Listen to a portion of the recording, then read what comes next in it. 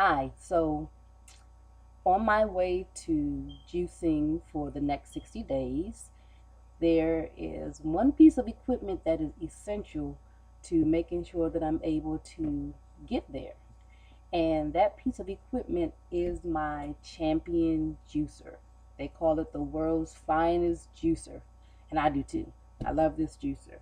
It's very simple to operate. It has several parts, but most importantly, it has the masticating piece, which is what actually breaks down the fruit or vegetables and make it into juice. And it simply slides on like so. And then, of course, it has the place that you place the fruit and press the fruit. And it slides on like so.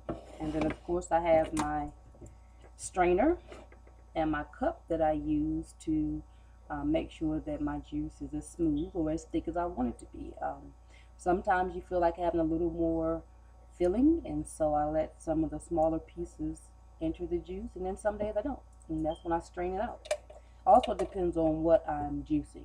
So for example, pineapple juice leaves very little pulp, and I like the creaminess or the thickness of the pineapple juice, so I do not strain pineapple juice. Apples, pretty much the same thing. I don't strain my apple juice. Watermelon also has very little pulp, and so I don't strain it either. But sometimes the green juice and the kale, spinach, celery, cucumbers, it just depends on what I'm making and how I feel that day. You can make that same kind of decision as well.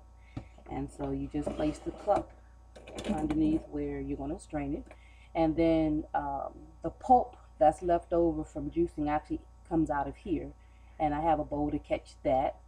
It's essential to have apple slicer. Need that. An awesome knife.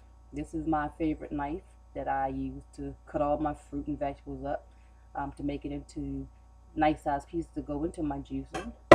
Of course, you want a vegetable peeler. I love this one. So KitchenAid peeler. And then, of course, you need a spoon or a scoop to kind of help move along with the process. You also need to have nice quart-sized jars if you're going to juice. I use old-fashioned quart jars, and of course they hold 32 ounces of juice, and have nice little tops to go on, which are good for storing them. You can choose whatever container works for you, but those are the things that I use to make my juicing process go smoothly.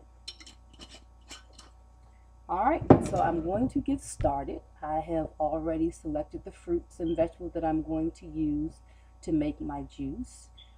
Today I'm going to make a green juice, lean green juice. It really is basically kale, cucumber, lemon, celery, ginger, pineapple, any kind of greens that you really want to put in it, spinach, and you make it taste good. I mean, I don't eat things that don't taste good. I don't drink things that I don't like.